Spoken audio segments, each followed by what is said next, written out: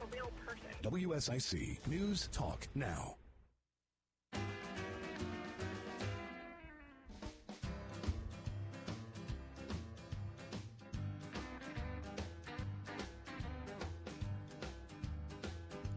Good morning, Lake Norman.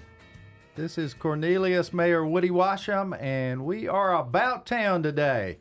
Actually, we've got a great topic today. It's very timely as it relates to our town government here in the great town of Cornelius. One of the most important things we do as a board of commissioners and as a staff is create a budget. It happens every year this time of year, and it's incredible the process that takes place once we build this budget. It's a lot of give and take, a lot of negotiation, a lot of input from citizens, and we try our best to get it right. It starts out really with this fine staff that we have in the town of Cornelius. You'll see us building toward what is known as the manager's recommended budget. That will hit about May of this year. And Manager Andrew Grant is with us today, as is our finance director for the town of Cornelius, Julie Niswonger, and also our communication manager, MaeLynn Joyner. Welcome, everybody. Good morning. Thank you, Mayor. Glad to have y'all. It's kind of a dry topic, but a critically important topic. We have to work with so many aspects of getting this budget right, not the least of which is state statutes and town ordinances and different things that we have to keep in line. A lot of people think that we sit around with a lot of money in our fund balance. Is that true, Julie? Well, not exactly. Not exactly. That's what you keep telling me. It depends on how you look at it. I understand. So how do you look at it in terms of where we land on the fund balance? I'm really asking you a very specific question to start out the hopper today. So, yes, sir. So at the end of fiscal year 22, our total fund balance, which includes your general fund balance, plus our road reserve capital reserve fund that many of you know about and have heard about over the years, that was about $38.4 million. Part of that $38.4 million is also restricted fund balance. That basically means that you have to set that aside for purposes such as, like if it's like grant funds, or if it's POW bill funds, and those funds are used for roads and things like that. And so that at the end of 22, that total was $7.2 million. The road reserve capital reserve fund that I talked about just a minute ago, that was over $9 million. It's a good thing we have that, isn't it? Yes, sir, with everything that's starting to coming up come and our going way. on. So the available fund balance is what's really important, and that was at the end of 22, $24.4 million. Well, that's a pretty good number still, but there's so many needs in our town. We'll get to more specifics about what some of those needs are as it relates to capital improvement funds and different things like that. But Manager Grant, you start this process. I know you started probably mid to late November, if not before that. I don't know if you ever aren't dealing with budget. Yeah. Is that true? That is very true. So for the public and the board, they may see it for a few months out of every year, but as Julie and I joke all the time, we never stop working on budget. Literally, the board will adopt the budget typically in June, and we may get a couple weeks off, but then we're always talking about budget. July, end of July, August hits, and Julie and I and her team were planning for the upcoming budget season. So literally it's 11, 12 months out of the year.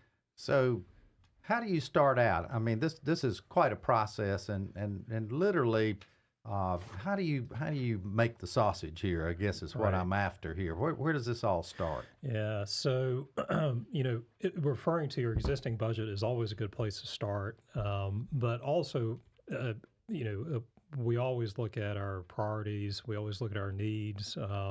MaeLynn, I know, is likely going to be talking about our citizen budget survey, and that's where we get a lot of information from our citizens about what their priorities are, which, no big surprise, transportation and public safety are number one and number two. So we look at how we can put our money where our mouth is, if you will, to bring improvements to those priorities. And a lot of what we do is take that feedback from the citizens, and Julie and I will take a lot of good recommendations from our staff, our department heads, such as the police chief and fire chief and other directors, to really start to make that sausage, if you will, Mayor. Well, that's fantastic, and have you? I assume you've started that already, right? We have, yes, and in fact, here in 2 days, Julie and I are awaiting recommendations from our staff about what they would like to see funded in FY25.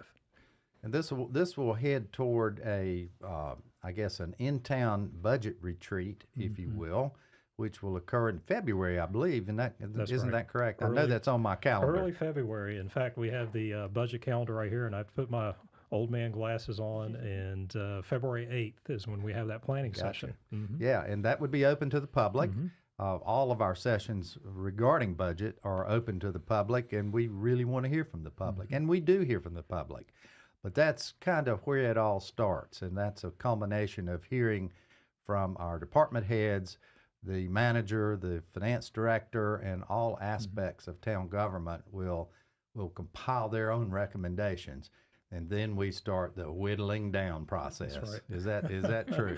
That's very true. Yeah. So I know it always comes up, and it's important to our citizens, important to me as a taxpayer in Cornelius as well. So what determines whether we get a tax increase or not? So there are just a lot of factors. And if you think about how your home budget works, or if you, most people who don't work for the government, they work for a private entity, a company, a corporation, and you think about their budgets as well. And it really comes down to you have a certain amount of expenses to meet a certain amount of priorities, and do you have enough revenue to pay for those expenses? Another important factor for us is not only the upcoming year's budget, but what it looks like in the future. And the mayor, as you know, Julie and her team, they do a really great job helping us put together a 10-year forecast to look at how we're meeting our needs, not only for the next year, but for 10 years in the future, make sure that we're complying with all of our policies as well. So those are all very important factors in determining whether or not we have a tax increase. Well, what adds to the complication of all this, in my opinion, is boards change from time to time, every 2 years, and previous boards can't commit future boards, which I hear that often. Sometimes I wish they could, but that they can't. Right. That's not legal. So we're getting ready to embark on a new board, and we'll talk about that in a minute, and how we indoctrinate our board with all the aspects of the financial side of town government. One of the most, we really make our new board into many things. We make them into legal experts. We make them into accountants. Right. We make them into public relations experts, and the list goes on and on. Park and rec, arts, and the list is very, very long in terms of what we expect from our board. So we'll get into how we go about that process, because this new board is getting ready to get sworn in this Monday. That's right. At 6 o'clock. So we're excited. This is Cornelius Mayor Woody Washam, and we're about town, and we'll be right back.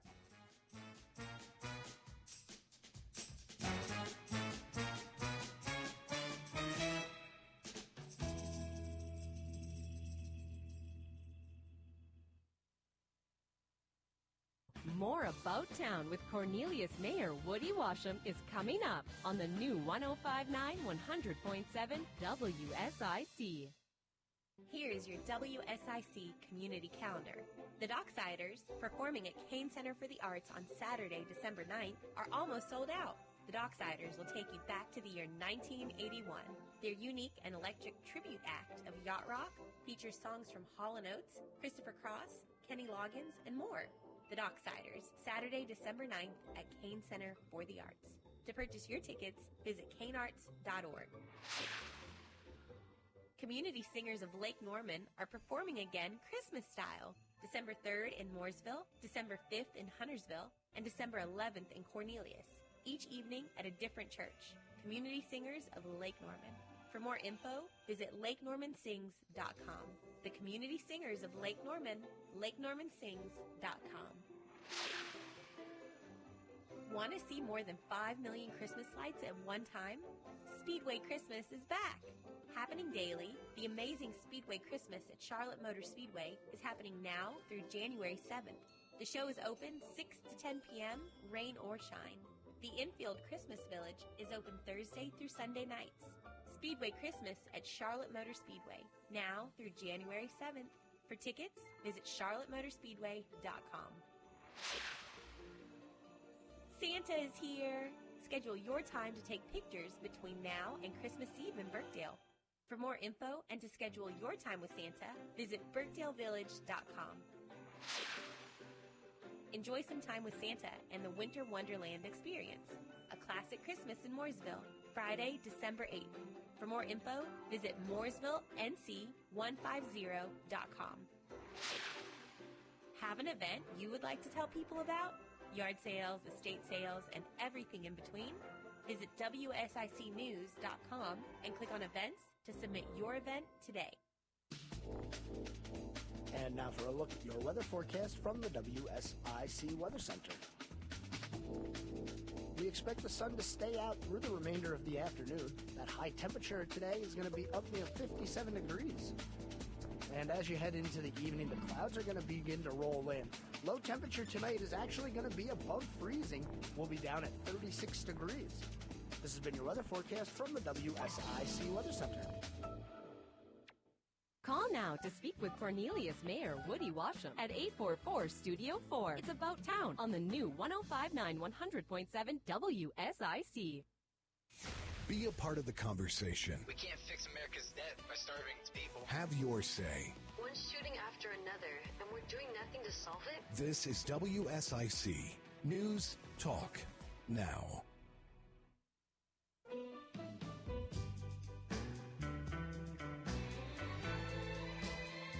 Good morning again. Cornelius Mayor Woody Washam here, and we are about town talking about the Cornelius town budget, the upcoming new budget, which is right now as we speak in the creation process. And there's several initial stages that take place in this budget planning process that we go through so diligently in Cornelius.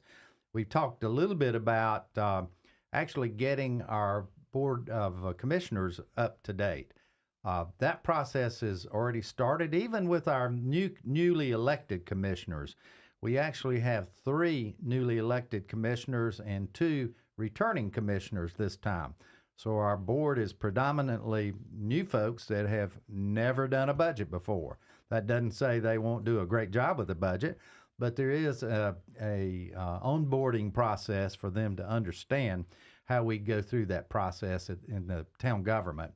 And there's only so much you can cover with them prior to them being sworn in, which is right around the corner this Monday.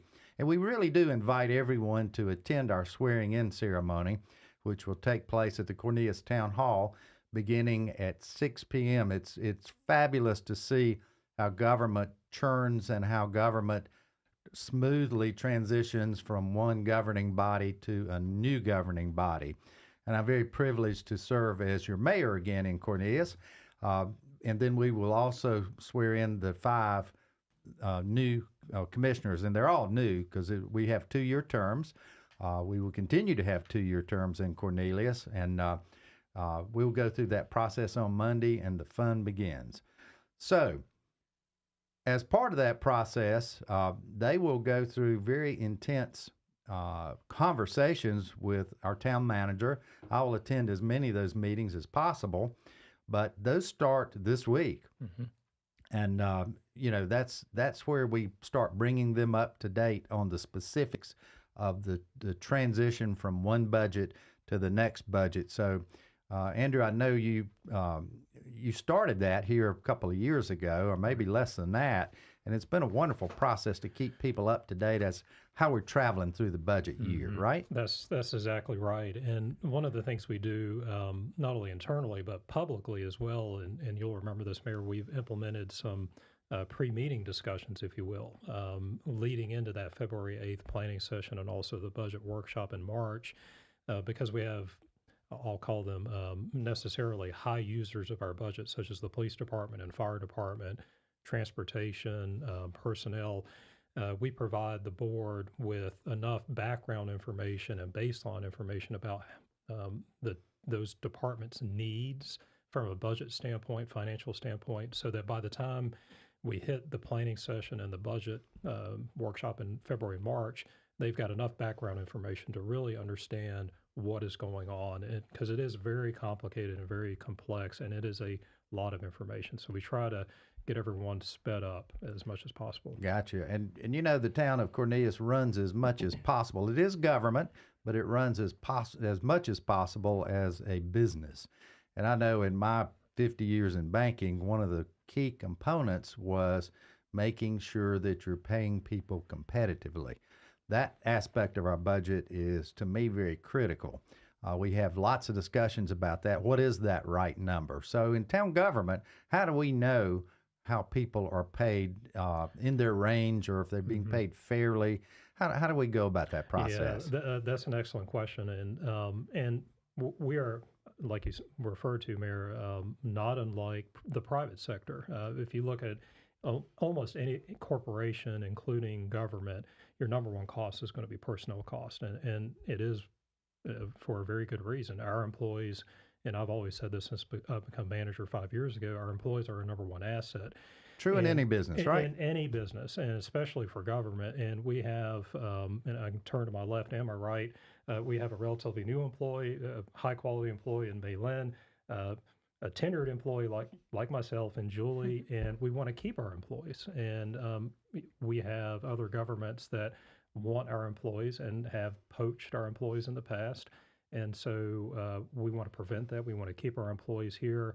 Once we spend a lot of time and resources and funding training our employees, we want to keep them here. So the goal is, as you've alluded to, Mayor, is to pay everyone competitively.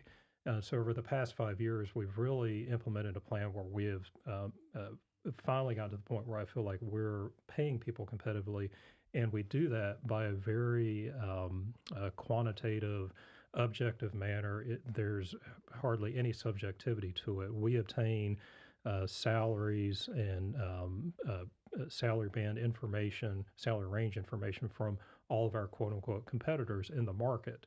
These would be towns and organizations in our area that are our market, much like a private sector market. When we obtain that factual information about what their employees are paid and what their pay ranges are, that goes into a very complex formula, if you will, spreadsheet, which spits out basically what the market rate should be for individual employees and their positions. And once we have that information, we compare it to what we're paying our employees and what our salary ranges are, and that spits out a number as to what that should be. And again, it's very quantitative based, it's very objective. And Mayor, I know you're familiar with it as well. Not only do we look at that at the staff level, and our HR director is very involved in putting that information together, but we also vet that information and the recommendations from that with a personnel committee. We have 3 Cornelius citizens who are HR professionals, or in their cases, retired HR professionals from the private sector, who work with us, myself, the HR director, and Julie, our finance director, on our recommendations to make sure that a public body, if you will, citizens have looked at that before the recommendation goes to the town board. I can remember a point during my tenure, fairly short time after you became manager, that we had a crisis. We did. We had a crisis with our police department primarily. And, keeping our public safety personnel intact and on a continued basis is nothing more critical than that. All of our employees are critical, but in that case, you're jeopardizing public safety, which there's no higher priority for our board and the mayor than making sure our town is safe. So I can remember we were down 11, 12 officers at one time. That is correct. Which was having serious impact, and they were leaving for other towns, municipalities, and jobs, if you will, throughout this region. And we fixed that. It was like ripping the Band-Aid off all overnight, but we fixed it, and it took a little healing up time. But we've come from that point to a point in time now that we've got almost no openings in our police department. Correct. And that's I'm pretty proud of that because we did the right thing for our citizens. We did what they expected us to do, and that's one place that town government, whether you got a budget or not, has to remain nimble and responsive to what the citizens ask for and what they need. Right. So I'm really proud of that particular moment in time, and hope we never reach that again. But we did the right thing. We did, and as you alluded to, Mayor, you've got a great memory. We had about 12 vacancies in the police department of officers, and 12 may not sound like a large number. That was roughly 20% of our police force, and when you're 20% down, we were not able to provide the services at the level that we want to provide police services in the community. And we're at a healthy level of turnover and vacancies now versus 5 years ago. Gotcha. It's a good place to be, and thankfully we're there. Yes. And just have to remain there for sure. So one of the other important components, other than educating our incoming board, is hearing what citizens think. How critical could that be? Because, we all ultimately work for the citizens of this town. They put us in office or they don't. And that's kind of what this is all about. And we have come a long, long way in listening to citizens through many, many aspects of what we do. I can remember when I became mayor, we didn't even have a communications director or manager. Thankfully, that was one of the first things that I was really pushing for, because I lean on this person heavily to help me in all kinds of aspects of my job as mayor. And so we got that in place, thankfully, through a reluctant board, I will add, at that time. But we did it, and I don't think we're done yet. I think there's a lot more we can do in the communications field, and I hope this board will be amenable to considering expanding that role, because there's nothing more important that we do from a day-to-day than listen to citizens. So we need to reinvent the wheel there and figure out better ways to do it and get even more opportunities for folks to respond. So MaeLynn, you're doing a great job for us. Thank you, by the way. We greatly appreciate your efforts and your service to our town. So how do you go about this input? You know the expectations of our board, you know the expectations of me and your manager, Andrew. How do you go about the process of making sure we're hearing what citizens are saying and thinking out there? Well, there are a few different ways that you can go about it, but the way that we do annually is we host a citizen budget survey. And that is the one place that citizens can turn to make sure that all of their feedback is in an easily packaged form to be delivered to the board and to the people who decide on the budget. So typically around this time, we launch the budget survey. We leave it open for a few months. And we ask citizens to rank their priorities, 10 of them, to see what categories are most important to them. And then that's delivered to the board, and you all consider it. And it really gives citizens an opportunity to, in a very easy and quick fashion, make sure that their voices are being heard. Our citizen budget survey this year is actually going to launch very soon, and we can talk about that more in just a few minutes. But typically we get about 1,000 responses, which for a town our size is very impressive. And you look at other municipalities, 10 times our size, and they're getting half of that. That's awesome. So, yeah, I'm very grateful to have a very engaged community and citizens who want to make their voices heard, who want to participate. Yeah, they really care. And that's fantastic. So we'll come back and get into more details about that survey and what you as citizens can expect to see on that survey. Cornelius, Mayor Woody Washam here, and we're about town, talking about town budget today. We'll be right back. There's more About Town with Cornelius Mayor Woody Washam on the way from the new 105.9 100.7 WSIC. Listen up, Carolinas. It's the Better Than Black Friday sales event at Lake Norman Chrysler Dodge Jeep Ram with employee pricing on nearly every new 2023 vehicle in stock. We've got the best selection anywhere and guarantee to beat any deal in the nation. I-77 exit 28, LakeNormanChrysler.com. And now for a look at your weather forecast from the WSIC Weather Center. We expect the sun to stay out through the remainder of the afternoon. That high temperature today is going to be up near 57 degrees. And as you head into the evening, the clouds are going to begin to roll in. Low temperature tonight is actually going to be above freezing. We'll be down at 36 degrees. This has been your weather forecast from the WSIC Weather Center. Make your work easier with Eagle Rentals of Troutman and Statesville. Eagle Rentals has generators, heaters, fans, painting equipment, floor care equipment, pressure washers, lighting equipment, and lawn care equipment. Plus, Eagle Rentals has construction equipment like forklifts, bobcat loaders, backhoes, excavators, and more. Reserve online at eaglerentals.com. That's eaglerentals.com. Fall is here, and Little Shavers has the supplies you need. Wheat straw, pine needle, grass seed, pelletized line, landscape edging, and railroad cross ties. Got a deck that needs staining? Little Shavers has PPG paints and stains at prices you can afford. Fall is a great time to replace your furnace filters at Little Shavers. Get the products you need at reasonable prices from Little Shavers, 3301 Salisbury Road in Statesville. Looking for a great way to say thank you to your employees, connect with your customers, or send a holiday gift? Black Powder Coffee can customize a coffee and tea basket or box for you. And don't miss out on Black Powder Coffee's Holiday Blend. A smooth flavor profile with a bright beginning, buttery caramel, and baked chocolate finish. Black Powder Coffee, 261 Rolling Hill Road, or online at blackpowdercoffee.com. About Town continues now. Here's your host, Cornelius Mayor Woody Washam, on the new 105.9 100.7 WSIC.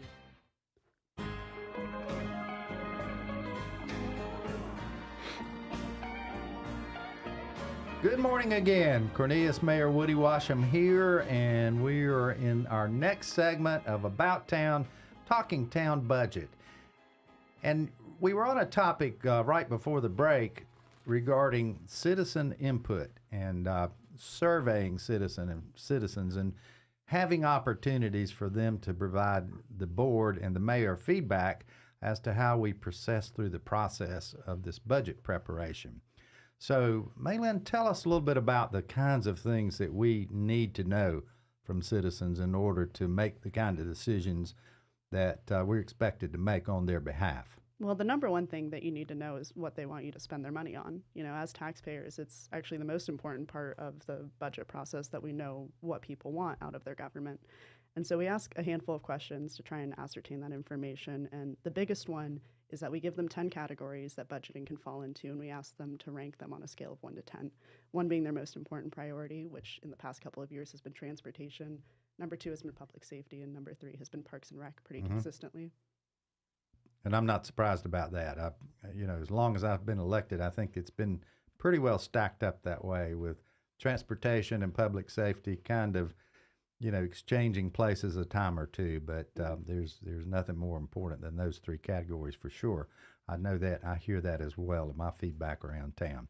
So how do you get that information out of them? I mean, do you just accumulate it and provide that feedback to the board, or how's the process work, and how do you get that out to citizens? How can citizens make sure they have an opportunity to participate? Because I think many of them do. Probably a lot more than that 1,000 that we keep talking about. Definitely. Over the various channels that we have for people to give feedback, there are definitely more opportunities to participate. Some of those are at board meetings where they speak directly to their elected officials. But with the survey specifically, it's shared all over social media, in our town newsletter, on the website. We send it out to some local publications to share as well. And so we try to make it as visible as possible. We're never going to be able to hear from every single person, but we try our best to make sure everyone has the opportunity to at least take the survey. And what other kinds of things do we survey citizens on? It seems like to me, when we were going through this process last year, we surveyed people to death, almost to the point where they didn't open the emails. But what's the right approach to not wearing them out, but providing the feedback or getting the feedback? The best approach is to not do it too often, but we do have to every year just to make sure that we do get that valuable input. And we try to keep it as short as we can. That's one of the things that really helps to prevent that survey fatigue, is just making sure that it's not a burden for people to take the survey. It should be something that you want to do. You want to make sure that your voice is heard and that you have input on where your tax dollars are being spent. And so the best way we can do that is to keep it abbreviated. I think last year it was only 5 questions and then a handful of demographic questions to make sure we were hearing from a decent sample of the town. Mm-hmm. So do we do all this in-house, or do we seek help of experts to help us through this process? In years past, it has been mostly in-house. We would draft the survey, we would publish the survey, and we would analyze all of the results. Last year, there was a little bit of a shift. We did bring in a vendor who hosted the second part of the survey to try and get some more analytical information out of it. And this year, we'll be switching to a vendor to host the survey throughout its 3 months, and they should be able to provide some really valuable insight on what we receive. That's fantastic, and this will move into the process. Will we have this at the initial budget survey meeting that we had? And I don't mean survey, but the initial board session. meeting planning session in February. We will have that by then. Yes, so we're able to pull the results at any point, and we have done that in the past. This time around, we should have some nice, pretty pictures for you at Good. any point that you need them. Good. That's fantastic. It really is. So, Manager Grant, what do you think? And Julie, I'll ask you this this question as well. What do you think are going to be the toughest parts of this survey? You know, last year we were faced with a huge inflationary factor, a huge need to keep employees up to date with salary expense, and you know, the cost of our doing business was simply more. I think a lot of people have thought, maybe some of our board members last time thought that the town of Cornelius was immune to inflationary impact, which is certainly not the case. So that was our setting last year, dealing with that component. We had very low interest rates on our borrowing needs. We had, on our borrowing needs, and we were paid very little on our investments because interest rates were so low on the money that we had in our fund balance. So what's your expectations from it's important. The other aspect that our board has to really participate in and be knowledgeable about is the economy. And we have to make some best guesses. We expect them to be economists as well. So it's not quite as hard for me as a banker, but those of them that are not in that particular field or an associated field, it gets a little tough. So we have to, expect some really high-level expertise. And so how do we know what's coming as it relates to this particular budget that could be impacted by economic conditions? Yeah, so as Julie and I will say every year to the board, we are not economists, but at the same time, we have to be, and we have to gather as much information as we can every year to help before we make a recommendation to the board and start having discussions at the planning session and the budget retreat, what we feel like is a solid revenue estimate. Because as I mentioned earlier in the show, revenues determine whether or not you have enough to pay for your expenses. And that's directly tied to how the economy's doing. That's directly tied to how people are doing at their homes and if they're able to pay the property tax. It also ties into whether or not they're purchasing items, which ties into sales tax, and we receive sales tax revenues. And a lot of people are surprised to hear that sales tax revenues are our number 2 revenue source for the town, right behind property taxes. And so we're making those estimates, and we are government, so we are relatively conservative in our estimates. But to your point, Mayor, we're gathering information from the private sector. We're gathering information from public organizations such as the North Carolina League of Municipalities. There's also a county commissioners association as well, and they are looking at that data and that information to help provide to the local towns and counties in the state. So Julie and I are actually, we reach out to all different types of resources to help us predict how it's going to go. And it does become difficult to predict. And I will say, and I think Julie would agree, when the pandemic hit, and you were mayor at that time, exactly, we had a lot of questions. And if anyone would say, whether in the public sector or private sector, they knew exactly what was going to happen when it was March, April 2020, then they they didn't know what was going to happen. So we had to do a job of being very conservative because there were a lot of predictions that the economy was just going to tank. And knock on wood, that didn't happen. But to your point, Mayor, if you were to poll 10 economists, I think you would have half saying, well, we're still due for a recession, and the other half saying, well, no, we're not going to have one. So which is it? So that plays directly into how we put our budget together, and it is difficult sometimes. Yeah, it certainly is. And, I'm hoping one of the huge doses we can give our new board this time is really some expert economic advice, maybe bringing somebody into one of these sessions and letting them hear from someone else. They listen to Julie and Andrew quite a bit.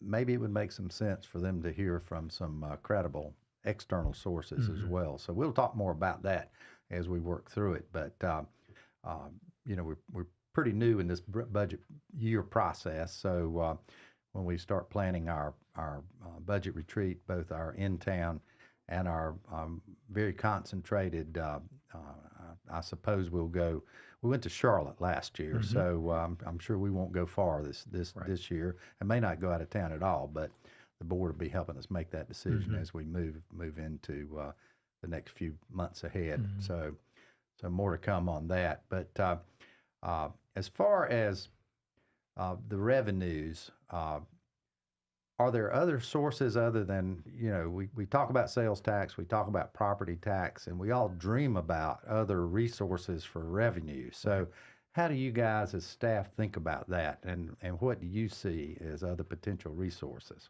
Yeah, so Julie, do you want to talk about the other, beyond the first two major revenue sources, what we have? Yeah, so Mayor, we do have several other revenue sources. There's outside of the property tax, which is the largest, at about almost 60% of the revenue, and then followed by the sales tax, which that's about 25% or so of the revenue source. So those two combined makes up the largest share. We do have, PAL bill funds that we receive from the state. And PAL bill funds, just so our audience knows, are directed mainly to our town streets and our sidewalks and things of that nature. Is that correct? That's correct, yes.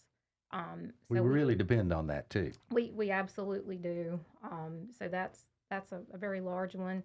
We also receive interest earnings this year has been much better. Something to talk about this year. Absolutely. Yeah, much better than in previous years, and so we're happy about that. But as the economy, like we were talking about, as that fluctuates, sometimes so does those interest earnings. Yeah. So we also receive utility franchise tax as well, and that we receive that quarterly, and that also comes from the state, and that's the largest amount of that is that depends upon like your utility bills, and if it's been like a hot summer, you'll get a little bit more revenue. So that's exactly just dependent upon how the weather's been really. Yeah, for the utility fantastic, and we are also the wonderful recipient from the state of North Carolina of about $3.5 million. That didn't come easy. Me, the staff, and a couple of our commissioners went to Raleigh, and we came back with some success, fortunately, and hopefully that will continue. This is Cornelius Mayor Woody Washam, and you're About Town talking town budget, and we'll be right back. Here is your WSIC community calendar. The Docksiders, performing at Kane Center for the Arts on Saturday, December 9th, are almost sold out. The Docksiders will take you back to the year 1981. Their unique and electric tribute act of yacht rock features songs from Hall & Oates, Christopher Cross, Kenny Loggins, and more. The Docksiders, Saturday, December 9th at Kane Center for the Arts. To purchase your tickets, visit kanearts.org. Community Singers of Lake Norman are performing again Christmas style. December 3rd in Mooresville, December 5th in Huntersville, and December 11th in Cornelius. Each evening at a different church. Community Singers of Lake Norman.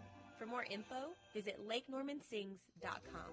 The community singers of Lake Norman, LakeNormanSings.com. Want to see more than 5 million Christmas lights at one time? Speedway Christmas is back. Happening daily, the amazing Speedway Christmas at Charlotte Motor Speedway is happening now through January 7th. The show is open 6 to 10 p.m., rain or shine. The Infield Christmas Village is open Thursday through Sunday nights. Speedway Christmas at Charlotte Motor Speedway, now through January 7th. For tickets, visit charlottemotorspeedway.com. Santa is here! Schedule your time to take pictures between now and Christmas Eve in Birkdale. For more info and to schedule your time with Santa, visit birkdalevillage.com. Enjoy some time with Santa and the Winter Wonderland experience, a classic Christmas in Mooresville, Friday, December 8th. For more info, visit mooresvillenc150.com. Have an event you would like to tell people about? Yard sales, estate sales, and everything in between? Visit WSICnews.com and click on events to submit your event today. And now for a look at your weather forecast from the WSIC Weather Center. We expect the sun to stay out through the remainder of the afternoon. That high temperature today is going to be up near 57 degrees. And as you head into the evening, the clouds are going to begin to roll in. Low temperature tonight is actually going to be above freezing. We'll be down at 36 degrees. This has been your weather forecast from the WSIC Weather Center. Now more About Town with Cornelius Mayor Woody Washam on the new 105.9 100.7 WSIC.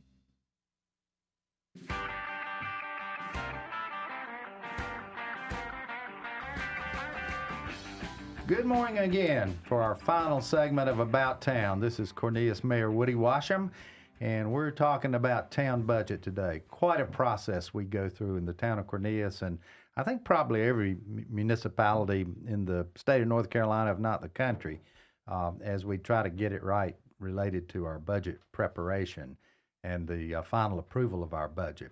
We have to have this budget done by the end of June. That is state statute, right? Yes. So if we get to a point and we can't agree on stuff, we have to meet until we do. Is that right, Andrew? That is right, even if you have to call for a special meeting. Right, and we will do that if required. I don't think we will. We never have during my 10 years of tenure as an elected official, but I certainly don't want that to start now. I don't think it will. Knowing this board as I know them, I think we'll want to put this to bed as soon as we can, but get it right as well. We were talking about revenue sources for our town.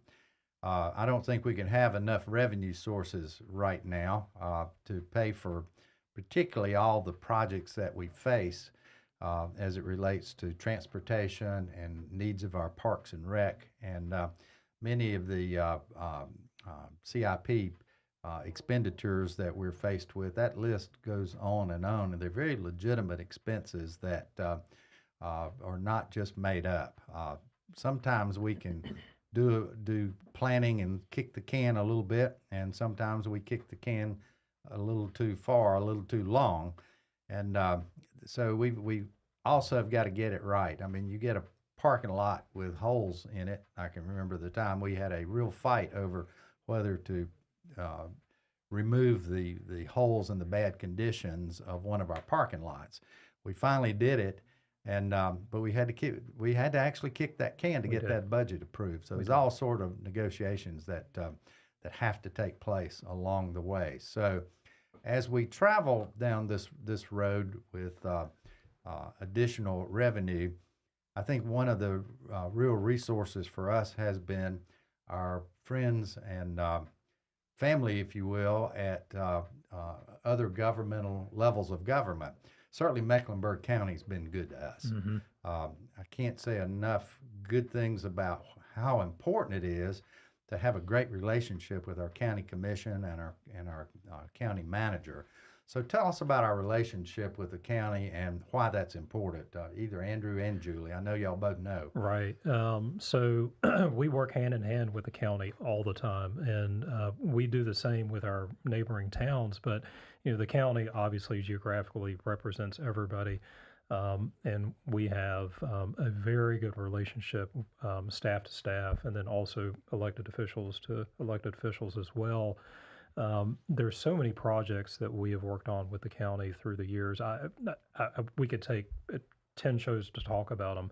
One of the most recent ones, Mayor, as you're very familiar with, the new North Mecklenburg Rec Center. Right. And that was a multiple years in the making, and a lot of relationships between not only yourself, previous mayors, previous board members, current board members, staff members, committee members, park board members, you name it, just working hand in hand with the county to bring a project like that to Cornelius. It was a $42 million project, if I remember that right, which is very significant for our town. It's such a great facility. It is, but that's just one example.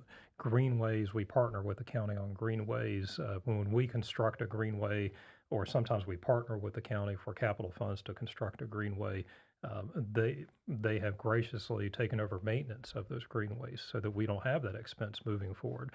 That's another example.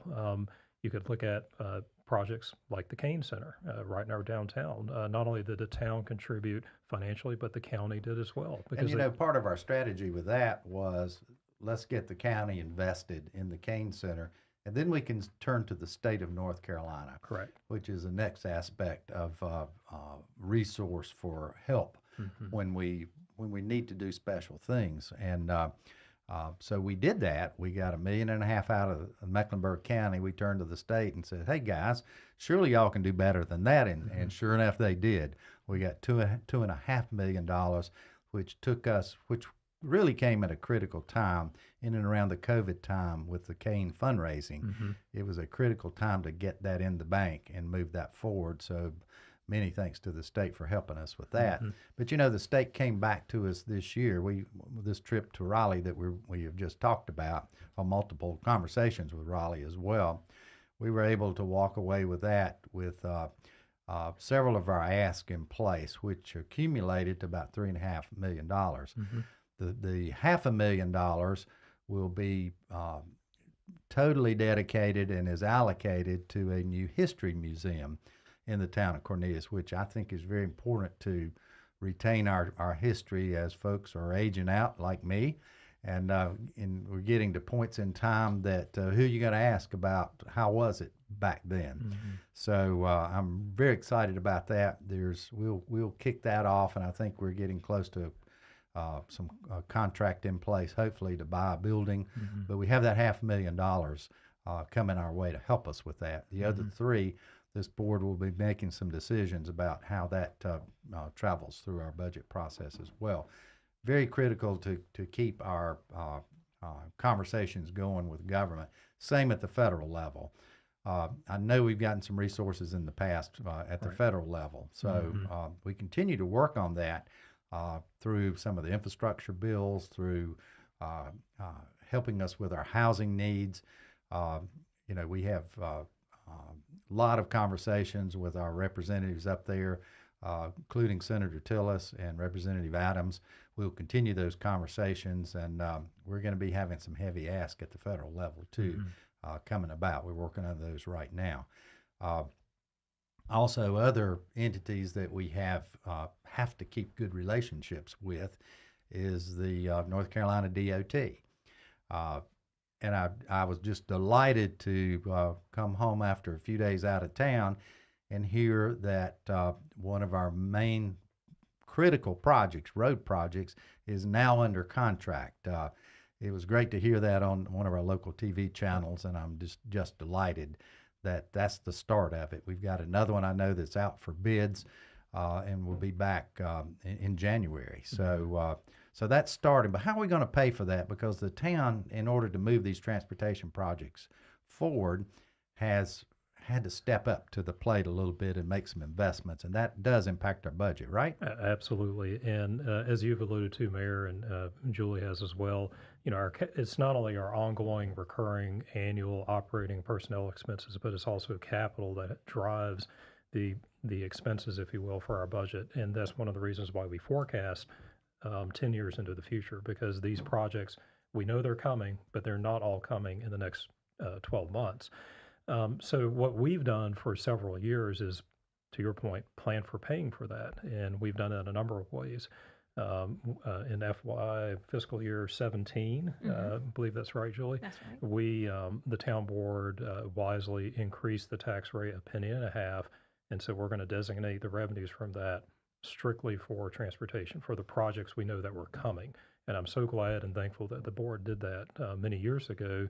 And that's the capital project fund that Julie alluded to earlier. Currently today, there's about $9.5 million sitting in that fund to put towards these NCDOT road projects. We've also sold some transportation bonds that the voters have approved in the past, and we have some funds sitting there ready to allocate as well. Additionally, speaking of the federal relationship, as a result of the pandemic, the American Rescue Plan funds that came our way, the town board wisely decided to set aside roughly $3 million towards NCDOT projects as well. So all those are cash on hand, if you will, but we will reach a point, and we're projecting as early as fiscal year 26 to sell more bonds to help pay for the rest of the road projects that we don't have enough cash for. And just so our folks understand out there listening, when we talk about bonds, that's a vehicle for the town to borrow money long term. It's like getting a mortgage on your house. Exactly. And you get multiple years to pay that back, but at the same time, you have to pay it back. They're loans. And that all feeds into our credit rating. And Julie, how important is it to have a AAA bond rating? That really impacts us in a good way, doesn't it? Yes, sir. We are AAA rated, and that's very, very good for us. It's good for the taxpayer's pocketbook. You don't have as high of an interest rate. It's basically what it boils down to. When we borrow money. That's right. Yes, sir. Yeah, and we borrow money for a lot of reasons, to buy police cars and not just build roads. There's a lot of it. Build parks. We certainly do that with some of the borrowings that we put in place, and that just spreads it out a little bit and allows us the opportunity not to have quite as much impact on the tax rate. Right. And it is important to keep our taxes low. Let me be clear about that. But there's also a point that we need to meet the needs of our citizens and keep our services at a expectation level that our citizens want. And we know what that is. They expect a lot, but I do remind our board practically every meeting, every other meeting, that this stuff isn't free. We have to figure out a way to pay for all the things that our citizens want. And different people in different parts of town want different things. And we all represent the entire town, not just certain segments of it. So we have to think globally within our town limits. So it's been quite a process to work through that and meet the needs of the local neighborhoods, but at the same time meet the needs of the town as a whole. So that's quite a process. But the planning and the projections that we do are critically important to make sure the money's going to be there when the time comes. That's right. And so that's why we've traveled in that direction. And staff does a great job in making sure those projections are accurate as they can possibly be. So, this budget vehicle, we've talked about making sausage today in terms of the budget process. And I hope you understand that. If you have questions, please reach out to your town staff or your mayor. Happy to help and maybe give you some clarity about what that process is like. Cornelius, Mayor Woody Washam, About Town. Thanks for listening today. The new